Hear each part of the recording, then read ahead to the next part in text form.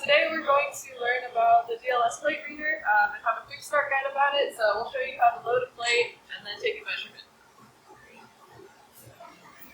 Alright, so today we're going to look at how to load up a plate.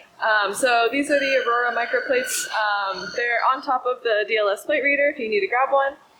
So we're going to grab one of the micropipettes. We set it to 30. You can have anywhere between 25 and 30 microliters. And then we're going to go ahead and load our plate.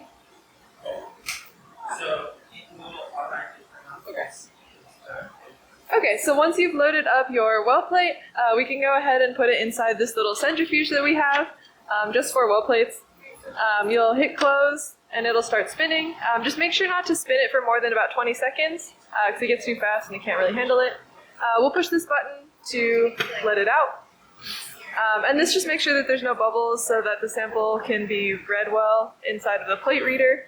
And then once you're done, you can pull out your well plate and then we can put it inside of the plate reader. Okay, so to insert your plate into the plate reader, you just hit this open button in the top right corner. And then once the plate opens, we can go ahead and insert the cell. Okay, so on the plate, there's the corner in the top left that's A and then 1. So we're going to line that up with the left side here. And it says A1 in this corner. So once it's inside, then we'll go back to the instrument. And then we'll hit this close button. And then wait for it to close. So to log into the computer, the password is just Wyatt with a capital W, so capital W, Y-A-T-T.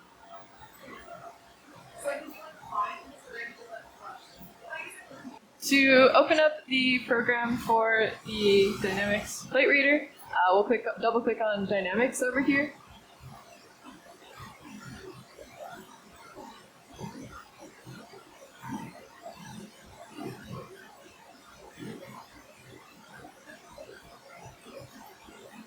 So to open up, first we'll go to File, New from Preset. We're going to go to Desktop and then Data. And if you scroll to the very bottom, there'll be this one template. Please never modify it. We like to use it as a template. So once we have the preset open, we'll first go to Parameters. We'll double click that. And then we'll go to Sample. So here you can make a template. And then, so let's say you've got these different wells. You can put like what's inside of each of them, and then also set up like the solvent. Once you have all that kind of mapped out, you can hit OK. And then for solvent as well, so we're just using water, you can map that out as well. And then next, the nice and easy part is we can just go to Experiment Designer. So we already have kind of a template mapped out for you guys. So here you can select either fixed temperature or if you want to raise the temperature during your measurement, you can. For concentrations, just make sure you have the static light scattering checked, so hit yes. We already have a plate pre-calibrated, so just leave it at this one. We'll go to next. And then here you can select your wells. So if you want to like make a box, you can select different wells. So we'll select these 3. We'll hit OK.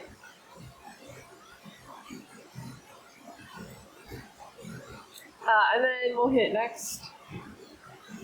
For properties, so a few more things here. So for name, we're just going to call it test. For start temp, if you just want it at room temperature and you don't care if it spends a lot of time trying to get there, we just say no. You can say yes if you want it to get to a certain temperature. So set temperature, and then we want to make sure we leave the laser off. So we want that to be off after our run. We'll hit review, and then we can finish up. And once we're good with that, the last thing is just to, over here, we're going to connect to the instrument. And then this play button will look green, so we can hit start and run those measurements. And it'll just ask you where you want to save them, so we'll throw them in here. And then we go to measurements, you can start to see some of the data as it comes through. All right, so in the measurement tab, you can see all of your runs. We just kind of ran a random sample. So under data quality, so it'll give some tips on how you might get better, like signal and things like that. So low signal and multimodal. So sizes are kind of all over the place, and then also we may have too low sample concentration or too little. So just some tips just based on this one. And then there's just kind of all this fun data. If you, one little thing it does, so if you want to view the image, so if there's a bubble, then oftentimes it won't run well. You can go ahead and use the centrifuge or the plates. So each of these did not have a bubble. If it detects, it'll say yes. So that's just one quick thing. And then if you want to export these images, just double check. You can save those as well. So if we click on this here and then we right click, then you can export either just the grid or the raw or the peaks, so some of this data.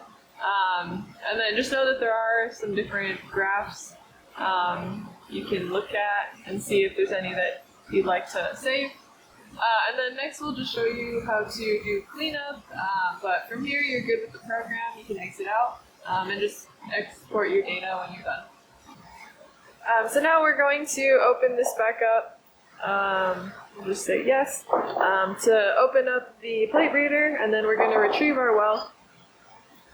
So now we're going to remove our plate, and then just make sure you close the plate reader once you're done retrieving your plate. Okay, and once the door is fully shut, you can go ahead, make sure, you're closed out of the program fully, and then you can use a USB to export your data on either the left side USB port or on this right side we have another one, and then you're good to go.